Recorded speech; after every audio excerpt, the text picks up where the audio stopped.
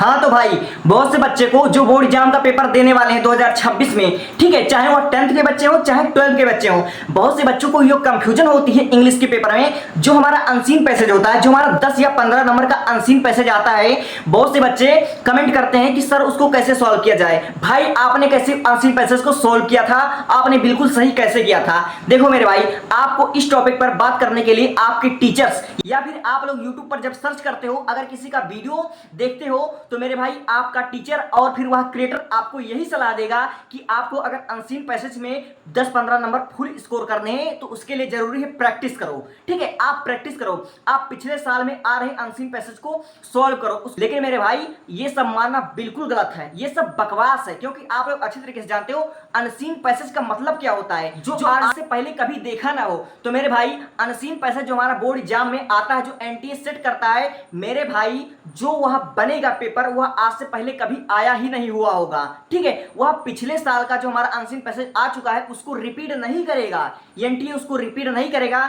इसलिए आप लोग अगर ऐसा सोच रखते हो कि मैं बार बार प्रैक्टिस करूंगा तो इससे मेरा 10-15 नंबर स्कोर हो जाएगा, मेरे भाई ये गलत है।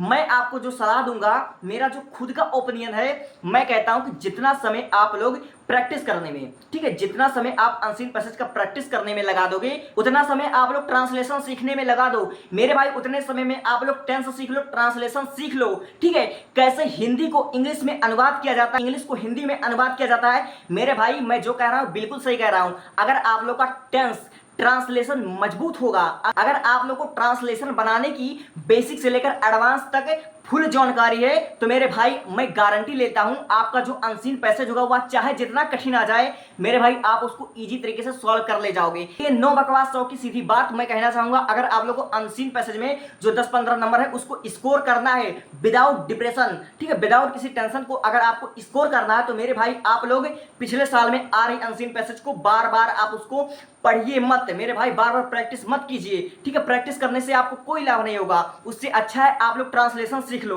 ठीक है, ट्रांसलेशन बनाना सीख लो, टेंस बनाना सीख लो। इससे तुम्हारा ना सिर्फ अनसीन पैसेज बल्कि जो हमारा निबंध आता है, जो हमारा एस्से आता है, लेटर, एप्लीकेशन, यहां तक कि क्वेश्चंस आंसर, मेरे भाई अगर आप लोगों के बोर्ड एग्जाम में कोई ऐसा क्वेश्चन आ गया जिसको आपने पहले नहीं याद किया था, तो आप उसको कैसे लिखोगे? आप उसको तभी लिख पाओगे ना जब आपका ट्रांसलेशन मजबूत होगा, जब आपका टेंस मजबूत होगा। तो मेरे भाई अनसीन पैसेज के 10-15 नंबर कवर करने के लिए मैं कह रहा हूं अपना ट्रांसलेशन मजबूत कर लो, अपना टेंस मजबूत कर लो, अपना ग्रामर मजबूत कर लो। मेरे भाई उतने समय में आप अगर ग्रामर पढ़ लोगे तो ग्रामर आपके लाइफ में काम आएगा, और यह प्रैक्टिस कभी नहीं काम आने वाला, क्योंकि अनसीन पैसेज का मतलब आज से पहले कभी आया ही नहीं है। ठीक है, और पता नहीं क्या दे देगा वह। ठीक है मेरे भाई, इसलिए मैं कह रहा हूं ऐसा बेवकूफी मत करना, सिर्फ ट्रांसलेशन बनाना सीखना। अगर आप लोग को ट्रांसलेशन बनाना सीखना है, टेंस बनाना सीखना है, अगर आपको ग्रामर, ठीक है, ग्रामर अगर बेसिक से लेकर एडवांस तक पढ़ना है, तो मेरे भाई चैनल के प्लेलिस्ट में चल जाओ, वहां पर आपको tense, translation, narration, active and passive voice, जो भी हमारे ग्रामर आते हैं क्लास 10th और 12th में, सब कुछ मैंने पढ़ाकर छोड़ दिया है। टेंस का हमने एक प्लेलिस्ट बना दिया है और आपको मेरे चैनल पर ये सभी वीडियोस मिल जाएंगी। अनसीन पैसेज जो हमारा 10 नंबर का होता है उसको स्कोर करने के लिए अपना ट्रांसलेशन मजबूत करो, ऑटोमेटिक तुम्हारा 10-15 नंबर स्कोर हो जाएगा, ये मेरी गारंटी है। Thank you.